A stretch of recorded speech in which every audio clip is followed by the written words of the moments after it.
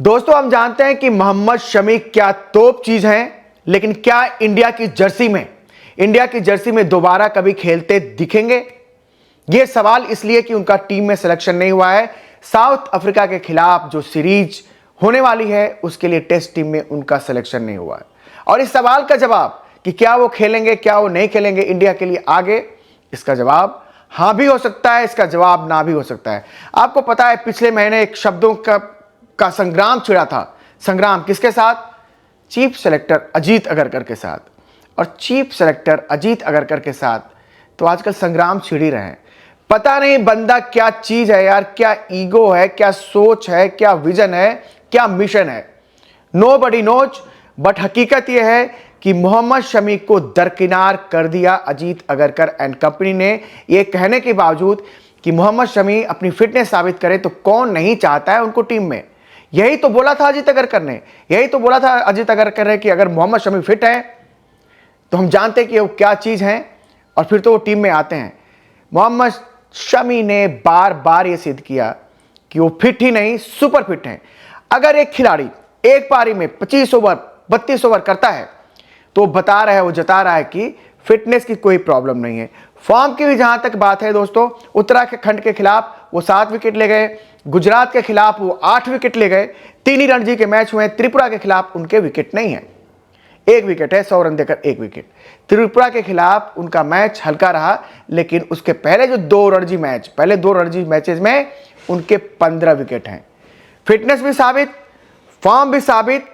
और ऐसा लगा था हम सबको, क्रिकेट प्रेमियों को, कि शमी की वापसी हो सकती है, क्योंकि सिलेक्टर्स की तरफ से आरपी सिंह गए थे, ईडन गार्डन गए थे।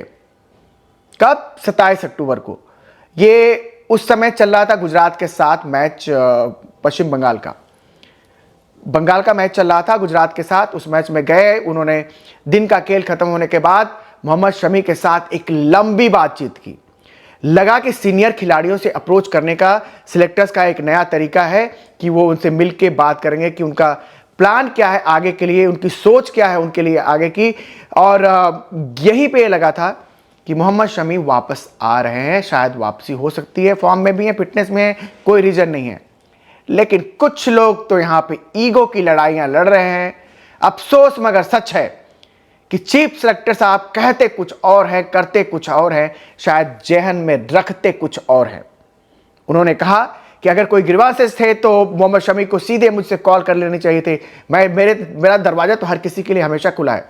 एक खिलाड़ी का काम नहीं होता कि वो चीफ सेलेक्टर को फोन करके बोले हेलो मुझे टीम में ले लो। एक काम चीफ सेलेक्टर और सेलेक्टर्स का होता है कि वो देखें, खिलाड़ियों को आजमाएं, उनके फिटनेस के पैमाने को देखें, उनके फॉर्म के पैमाने को देखें। और जब एक खिलाड़ी फिटनेस और फॉर्म दोनों मोर्चों पे अपने आप को साबित करता है और उसके बावजूद भी सिलेक्शन नहीं होता है तो बताएं कि रीजन क्या था कि हमने आपको बाहर रखा। शमी जवान नहीं हो रहे हैं। शमी की एक एज है, 35 साल की एज है दोस्तों, 35 साल के हो गए मोहम्मद शमी।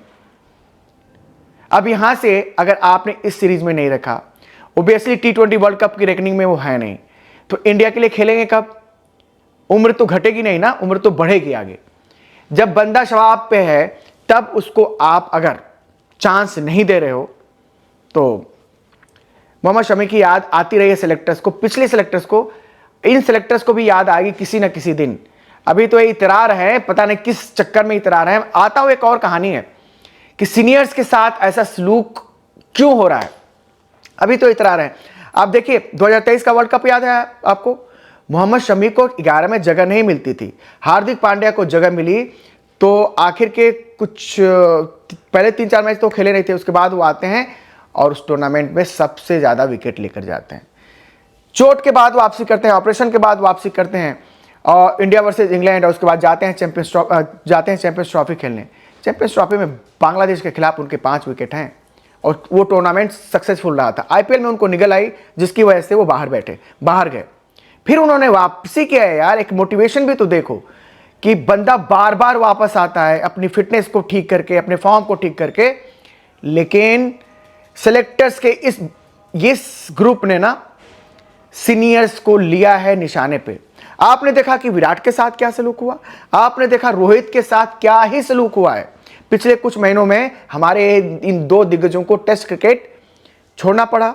वनडे क्रिकेट में कप्तानी छीन ली गई रोहित से, और विराट और रोहित दोनों के खिलाफ ऐसा माहौल बना दिया गया था कि करो या मरो सीरीज है ऑस्ट्रेलिया में।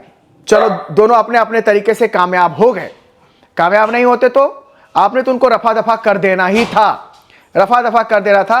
और ऐसा इसलिए हो रहा है क्योंकि इन सीनियर्स की एक से है, ये सीनियर्स ना किसी कोच की सोच को सीधे सीधे आत्मसात नहीं कर सकते कि हाँ जी माई बाप जो आपने कहा वही सही, मैं तो वही कर दूंगा। और ऐसे लोगों को वो भाई साहब बर्दाश्त नहीं कर पा रहे हैं, ये हकीकत है। और वो बातें ट्रांसफर होती हैं चीफ सेलेक्टर्स के पास कि बोलते हैं ना कि मौसेरे भाई, और वो गाज गिर रही है सीनियर खिलाड़ियों पे। ये ठीक बात नहीं है, ये बहुत बुरा हो रहा है सीनियर्स के साथ, दिग्गजों के साथ, चैंपियंस के साथ, अपने चैंपियंस के साथ।